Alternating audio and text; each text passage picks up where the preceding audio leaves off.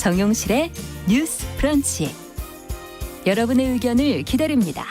문자는 샵 9730으로 보내주세요. 짧은 문자 50원, 긴 문자 100원이 부과됩니다.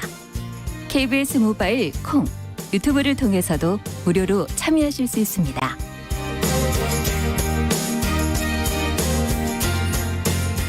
네, 정용실의 뉴스 브런치는 항상 여러분들과 함께 프로그램 만들어가고 있습니다. 오늘 3617번님 시흥 광명인데 비가 많이 온다고 의견 보내주셨고요. 오영찬님도 빗길에 좀 안전운전 하자는 의견도 보내주셨고요. 아카시즈님 뉴스를 보니까 너무 답답하더라 이런 의견도 보내주셨습니다. 자, 뭐 유튜브로도 한 480분 정도 들어오셨고요. 고제이슨님, 써니스카이님, 최희철님 이렇게 들어오셨네요. 감사합니다. 자, 이제 저희도 첫 코너 뉴스픽으로 시작을 해보죠. 더 공감 여성정치연구소의 송문희 박사님 안녕하세요. 네, 안녕하세요. 네, 전혜연 사평론가 안녕하십니까? 네, 안녕하세요. 자, 뭐 저희가 다시 이제 코로나가 좀 심각해지고 있어서 마스크를 다시 쓰면서 이제 방송을 해서 조금 답답하시겠지만 좀 양해 부탁드립니다.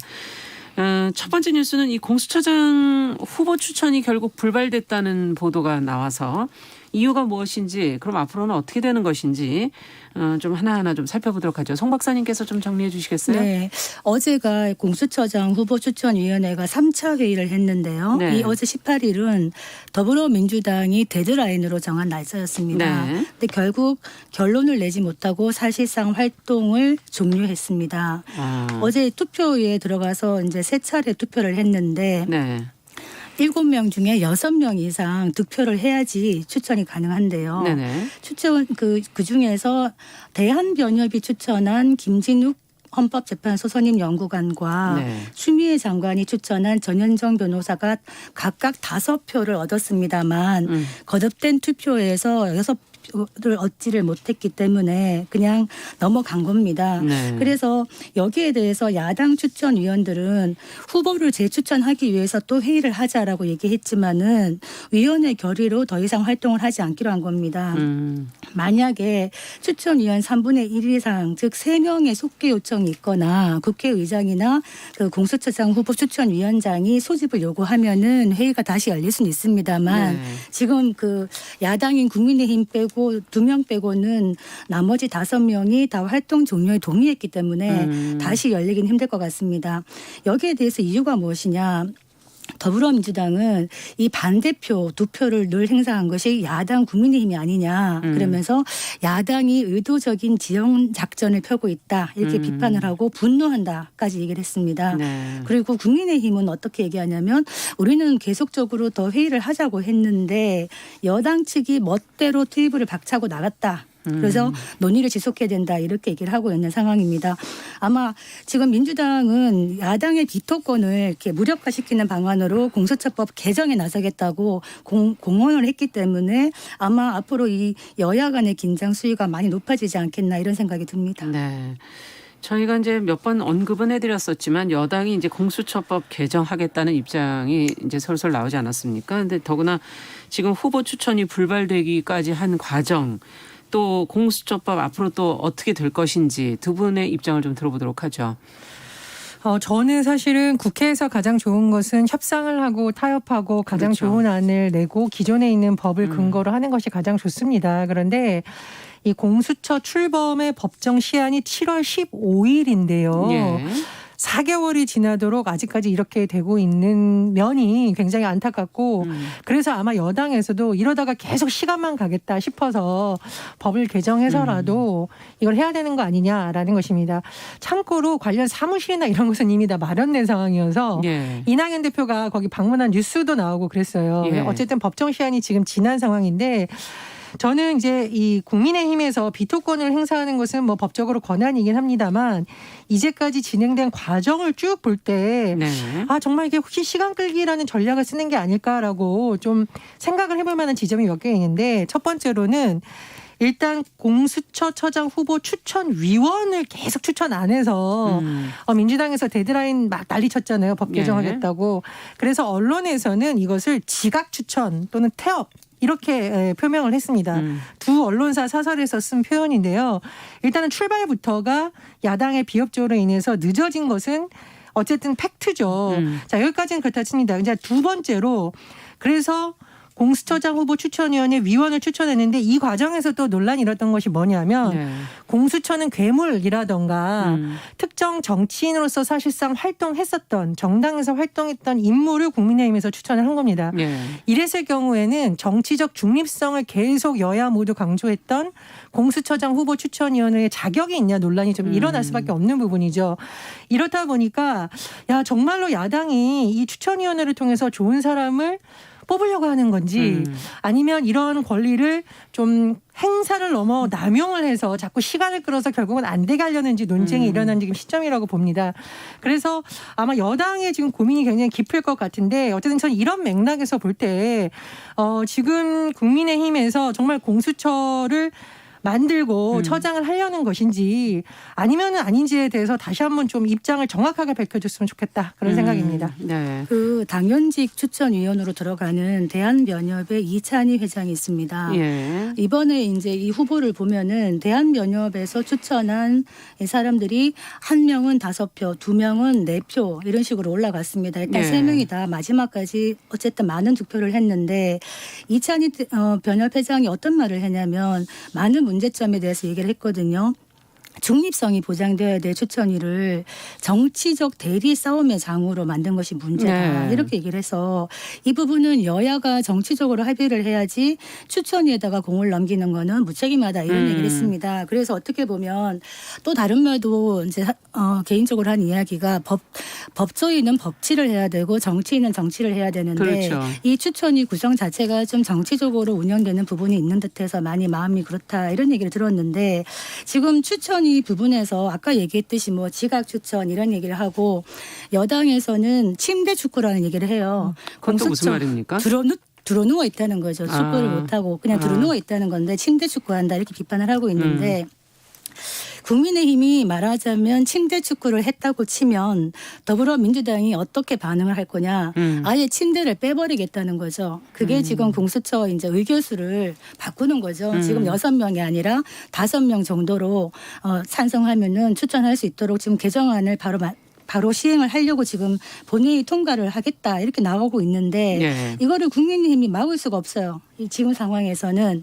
그래서 어떻게 보면 애시당초 야당의 비토권 이 두 자리를 준 것이 공수처 만들어서 대통령이나 권력이 마음대로 하는 거 아니야? 이런 비판에 대해서 이런 의구심에 대해서 야당 비토권 2개 줄 테니까 대통령 마음대로 운영되는 일 절대 없을 것이다. 이렇게 얘기를 했는데 야당의 비토권을 만약에 삭제하는 방향으로 개정을 한다. 그러면 한편에서는 이 다수의 힘으로 밀어붙이기 아니냐라는 비판에서 자유로울 수가 없고 또 한편에서는 국민의힘 같은 경우에는 공수처 자체에 대해서 설치에 대해서 반대하는 입장이었습니다만 공수처가 만들어질 바에야 처음부터 공수처 설치에 좀 적극적으로 개입을 해가지고 오히려 줄 건 주고 받을 건 받고 좀 적극적으로 협상을 했다면 좋지 않았을까 이런 생각이 들고 지금 상황이라면 끌려갈 수밖에 없는 상황이 왔다. 다음으로 지켜봐야 되겠습니다. 네. 그 후보 추천이 된다고 해서 그 사람이 이제 대통령 추천위에서 2명을 추천하면 대통령이 1명을 지명을 합니다. 그렇죠. 되는 것이 아니에요. 인사청문회를 또 해야 됩니다. 그러니까 이게 검증 과정이 굉장히 까다롭게 되어 있기 때문에 검증을 잘하기 위해서 시간이 더 필요하다라는 말이 일부분 맞을 수도 있지만 일부분 또 정치적으로 보면 의심이 될 수 있는 지점이죠. 그렇게 검증을 할 시간이 충분히 필요했다면 왜 애초부터 좀 일찍 시작을 하지 않았느냐. 왜 4개월이나 하지 않았느냐. 이런 논란이 좀 일어날 수 있는 부분이 생각이 들고요. 저는 뭐 늘 말했듯이 국회에서 협치나 여야 간의 합의안이 나오는 것이 참 좋죠. 참 좋은데 지금처럼 계속 시간이 가는 것이 맞느냐라는 또 의문도 들었습니다. 왜냐하면 지금 법정 시한이 7월 15일이에요. 네. 그런 법정 시한에 맞춰서 국회가 해야 될 일은 해야 되는데 계속 놔두냐는 거죠. 그래서 이런 부분에 대해서 야당도 좀 생각을 해봤으면 좋겠다. 그런 의견입니다. 그 이낙연 민주당 대표도 이런 말을 했습니다. 공수처 출범은 내실과 속도가 모두 중요하다. 신속하게 출범하는 것도 중요하지만은 후보자를 제대로 검증하는 것도 필요하기 때문에 이왕 늦어진 거 뭐 18일 데드라인이라고 합니다만 그 데드라인 자체도 사실은 협상할 수 있는 부분이고 이 부분에 대해서 저는 같이 협상을 더 해 나가야 되는 부분이 있다. 만약에 협상이 되지 않고 그냥 개정안이 법이 통과돼 가지고 공수처가 출범했을 때 제가 걱정하는 것은 그 안에 있는 독소 조항 하나가 많이 걸립니다. 어떤 거냐? 다른 수사기관이 범죄를 수사하는 과정에서 만일에 고위공직자의 비리나 범죄를 인지하게 되는 경우에는 네. 그 사실을 공수처에다가 통보해야 되는 거죠. 통보. 네. 그렇다면 우리가 공수처의 설립 목적 자체가 권력의 비리를 조사하는 것인데 이것이 잘못 쓰여질 수 있는 독소 조항이다 이런 얘기를 많이 하고 있는데 만약에 개정법이 통과가 된다면은 이 부분을 시행 규칙이나 여러 가지를 통해 갖고 보완을 하는 작업은 꼭 필요하다 이 말씀드리겠습니다. 네, 국민의힘에서 공수처 수사 대상은 부패 범죄로 제한하고 기소권 삭제하는 내용의 공수처법 개정안 발의한 건 이미 뉴스에다 나와 있습니다. 그러니까 법적으로 문제가 있는 부분은 다시 법 개정을 통해서 해야 되는 것이 절차상 맞는 것이에요. 예. 그러니까 법 개정에 있어서 어떤 지금 법에 되어 있는 부분을 우리가 보기에는 맞지 않는다고 해서 그걸 또 협상을 할 수 있는 부분은 또 문제가 생길 수가 있습니다. 그래서 제가 뭐 누누이 얘기하건데 여야 간 협상이 잘 되면 좋겠습니다만 제가 보기엔 이제 양측의 신뢰가 많이 훼손된 상태인가 아닌가 생각이 들고요. 그런 점에서 뭐 여야의 앞으로 논의 과정을 더 지켜봐야겠습니다만 민주당이 법 개정안에 나설 가능성이 조금 높다. 뭐 이렇게 전망이 됩니다. 네. 자, 추후에 또 어떻게 될지는 저희가 또 계속 지켜보면서 공수처장 후보 추천 관련 또 공수처법이 어떻게 되는지 법 개정이 되는지도 지켜보도록 하겠습니다. 자, 어제 사실 보도가 나왔던 그제였나요? 예, 그제군요. 그제 광주 어린이 보호구역에서 지난 5월 교통사고가 난 데 이어서 또다시 사고가 났고요. 결국은 어린이가 사망을 했습니다. 아마 이 관련 뉴스들은 보신 분들도 꽤 있을 것 같은데 어린이 보호구역이고 이미 사고가 났던 지점인데도 불구하고 왜 신호등조차 없었던 것이냐 하는 의문을 제기하는 분들이 많았고요. 이에 관한 또 보도들이 계속 후속 보도들이 조금 더 이어져서 나왔습니다. 왜 그런 것인지 사고 이후로 무엇을 개선한 것인지 저희가 좀 이 대목을 짚어보면서 어린이 보호구역 문제를 어떻게 그러면 처리해야 될지도 같이 한번 고민을 해보도록 하죠. 예, 광주 어린이 보호구역 스쿨존 교통사고 이 장면이 이제 뉴스에도 많이 나오고 해서 많이 보셨을 텐데 네. 굉장히 안타까운 것이 어머니가 지금 새 자녀를 데리고 어린이집에 등원하는 과정인데 예. 처음부터 여기 신호등이 없다 보니 어머니가 그 차를 그 앞에 유모차를 세워놓고 예. 기웃기웃대고 있죠. 예. 그러다가 거길 건너려고 하는데 화물 트럭이 와서 사고가 발생을 예. 했고 지금 2살 여아는 사망하고 지금 어머니와 딸은 치료 중인 것으로 지금 전해지고 있습니다. 네. 그런데 이게 굉장히 문제가 뭐냐면요. 같은 장소에서 지난 5월 달에도 7살 초등학생이 제한 속도를 어긴 차량에 머리를 심하게 다친 사고가 났었다는 겁니다. 그럼 보통 이런 정도의 사고가 그래도 스쿨존에서 나면 다 개선 정비가 방안이 됐어야 나오지 되는 거 않습니까? 아닌가라고 예. 했는데 개선안이 굉장히 제한적이었다는 거예요. 그러니까 횡단보도가 없었는데 횡단보도 생기고 그리고 속도 감소를 위한 방지턱은 마련됐는데 중요한 것은 신호등 그리고 주정차 단속 카메라 설치는 안 됐던 상황이라고 합니다. 이렇게 주민들이 요구를 했었는데 아마 뭐 인근에 신호기가 있고 뭐 이런저런 이유로 설치가 안 됐던 것 같은데요. 예. 이게 뭐 사후 약방문이지만 이제라도 이것을 좀 개선해야 되지 않느냐라는 좀 지적이 많이 나오고 있습니다. 그리고 지금 스쿨존이 아마 초등학교 인근에만 많이 이제 집중돼서 여러 가지 뭐 안전장치가 개선되거나 그런다고 하는데 사실은 유치원하고 어린이집 인근에 신호기가 없는 경우가 아직도 많다고 그러면 합니다. 지금 이 경우는 어린이집. 예, 부분이라고 예, 하죠. 예. 그래서 이번 계기를 통해서 뭐 요 하나 사고 났다고 요 지점에 검찰하고 이런 것이 아니라 전반적으로 그렇죠. 좀 전반적으로 다시 한번 점검을 하고 또 운전자들이 왜 불법 주정차하는 거 굉장히 문제잖아요. 그리고 아까 말씀드렸듯이 네. 제한 속도 어기는 거 그것도 문제죠. 그렇죠. 예. 민식이법이 발효됐지만 아직까지 안 되고 있는데 그런 부분에 대한 개선도 필요하다는 지적이 나오고 있습니다. 지금 민식이법 저희가 계속 얘기하지만 시행되고 있는데도 사고 당시에 그 보면은 주변 운전자들이 좀 무심한 상태가 아니었나 하는 그런 지적들을 많이들 하고 계시고요. 사고를 낸 화물차 운전자는 또 부주의했던 거 아니었는가. 그럼 결국 운전자들의 문제도 한번 저희가 여기에서 한번 더 짚어봐야 되는 거 아닌가 하는 생각도 들기도 합니다. 그 참 너무 가슴이 아프고 화가 나는 기사인 것이 이 횡단보도에서 엄마가 아이 셋을 데리고 그것도 유모차까지 끌고 가면서 횡단보도를 건너다가 멈출 수밖에 없었던 이유는 이 횡단보도라는 게 운전하시는 분 아시겠습니다만 건너는 사람 없어도 횡단보도 앞은 일단 멈춤입니다. 네. 그런데도 불구하고 사람이 건너고 있는데도 이 반대편에서 차량이 계속 싱싱 달리니까 멈춰 설 수밖에 없는 거고 그 상황에서 또 이쪽에 있던 화물 운전사가 보지 못했다 이렇게 얘기를 하고 있지만 이런 참견이 나는 것이죠. 그래서 어떻게 보면 이거는 일반 그 우리 운전자들의 인식 자체가 사람을 소중하게 생각하는 것, 좀 빨리 가는 것도 중요하지만 사람의 생명과 안전이 제일 아닙니까? 이 부분이 가장 안타깝다. 양보와 배려 없이 달리는 이런 분위기. 그리고 스쿨존에 또 주정차 많이 하잖아요. 여기도 뭐 그렇더라고요. 주정차 되었던 예. 또 통학버스가 있다 하니. 이런 부분에 대해서 점검을 해야 된다. 아까 사후 약방문 얘기했습니다만 신호기라든가 주정차 단속 카메라 설치해달라고 그렇게 얘기를 했는데 안 하고 있었다는 거죠. 이 부분은 행정에서 비었던 부분이 아닌가 안타깝고 6개월 전에 똑같은 데서 7살짜리 아이 아까 말씀하셨듯이 아이가 사고가 나서 5개월간을 병원 생활을 하다가 겨우 퇴원을 해가지고 할아버지 손잡고 또 등교를 하는데 그 마당에 또 이 목격을 했다는 거 아닙니까? 저는 참 이것도 너무 가슴 아픈 이야기고 이 부분에 대해서는 처벌이나 뭐 시설 개선도 물론 중요합니다만 운전자의 인식 개선이 더 시급하다 이런 생각이 들었습니다. 네.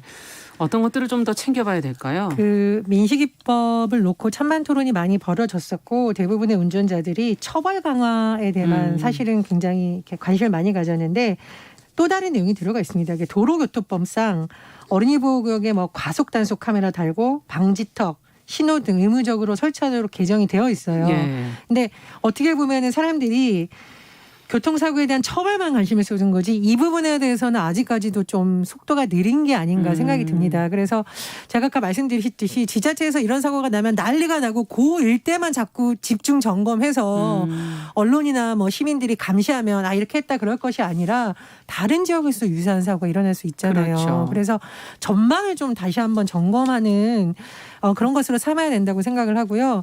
운전자들 말씀을 해주셨는데 제가 이렇게 지방 출장을 가다 보면 사람이 없는 지역에서 횡단보도에서 멈추는 차량이 그렇게 많지 않습니다. 심지어 신호등이 파란불이라서 사람들이 건너고 있는데도 쌩쌩 달리는 경우가 있어요. 굉장히 그래서 위험하네요.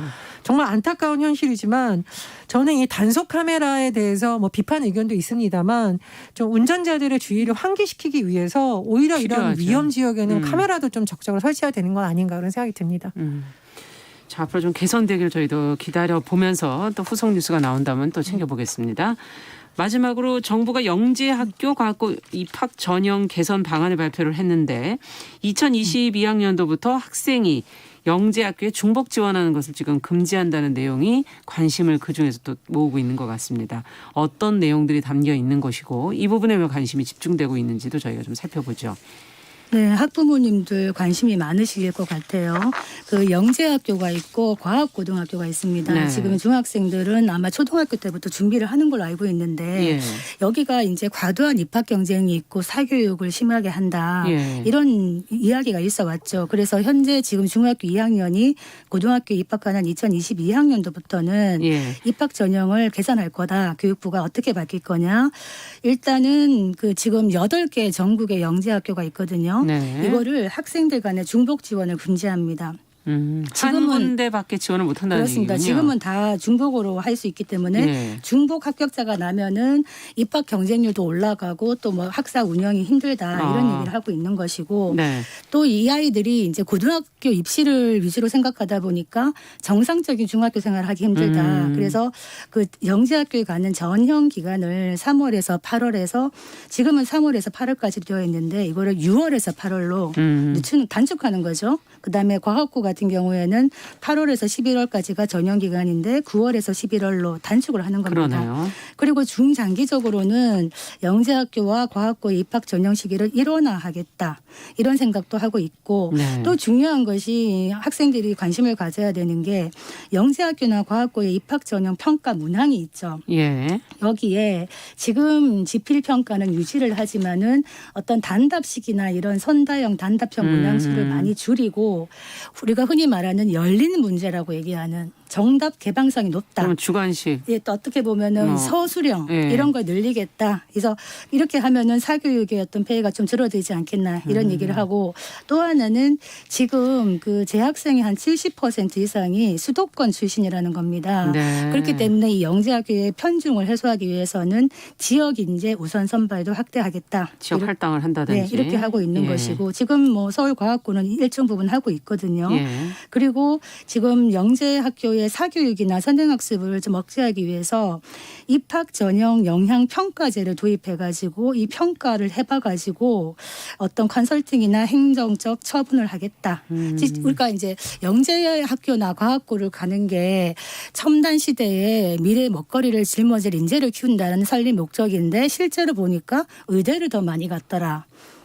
이런 이야기가 나오고 있는데 네. 그래서 이 학교들을 평가할 때 졸업생들이 실제로 이공계열에 갔느냐 이 비율을 포함해가지고 학교의 책무성을 강화하겠다 이렇게 발표를 한 겁니다. 네. 자, 이 개선 방향에 대해서도 좀 의견을 들어보고 싶고요. 그 중에서도 앞서 중복 지원에 대해서 관심이 많다고 했는데 그 부분에 대해서 또 의견을 좀 두 분께서 좀 주시죠. 저 이제 중복 지원도 중복 지원인데 선행학습을 할 수밖에 없는 시험 전형이 계속되어 있다면 그건 사실상 미리 학원에 가서 배워오라는 얘기잖아요. 그렇죠. 지금 교육부가 2020학년도 영재학교 8개 학교의 총 문항을 다 뭐 분석을 해봤는데 네. 중학교 교육과정을 준수하지 않은 문항이 수학에서 18.5%, 과학의 9.4%다. 그럼 이건 중학교에서 배운 내용이 아니라 고등학생이나 뭐 고등학생 정도가 풀 수 있는 문제라고 하면 선행이 됐느냐. 그렇죠. 이거는 예. 그리고 일반 학교에서 안 가르쳐주면 결국은 사교육을 받아서 준비를 해와라 이런 거잖아요. 그리고 저는 중학생의 고등학교 과정을 미리 배우는 것이 창의력과 무슨 상관이 있느냐 좀 그런 의문이 듭니다. 그래서 이런 입시 전형을 조금 뭐 창의력이라든가 종합적 사고력을 기른 쪽으로 바꾸는 노력은 필요하다고 보는데 다만 우리나라는 시험 제도가 취지는 좋은데 실제로 적용됐을 때는 그 취지에 못 따라하는 경우가 많기 때문에 이건 현장의 목소리라든가 전문가들과의 활발한 좀 소통이 필요하다고 보고요.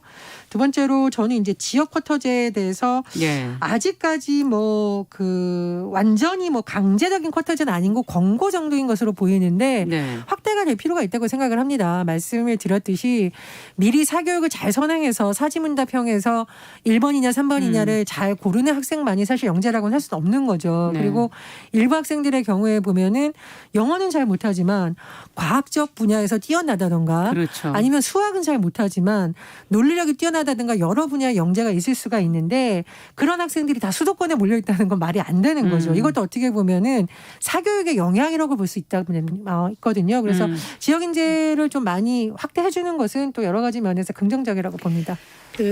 지금 이거를 듣고 계시는 학부모님들은 좀 웃고 계신 분도 있을 거예요. 그러니까 학교 교육 현실을 한번 들여다보자. 우리가 영재고등학교나 과학고등학교만 선행학습을 하는 사교육의 폐해가 있는가.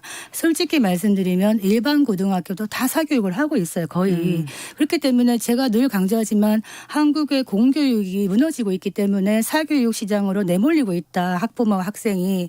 그래서 공교육을 제대로 살려야 된다 이 얘기를 하는데 영재학교나 이런 과학고에서 영재 왜 이런 학교를 만드느냐. 우리가 그렇죠. 기본적으로는 수월성 교육이라고 합니다. 수월성 교육. 물론 교육의 기회균등은 매우 중요한 사안입니다만 수월성 교육이라는 거는 남들보다 빼어나고 우월한 능력을 가진 학생들의 그거를 키워주는 교육이거든요.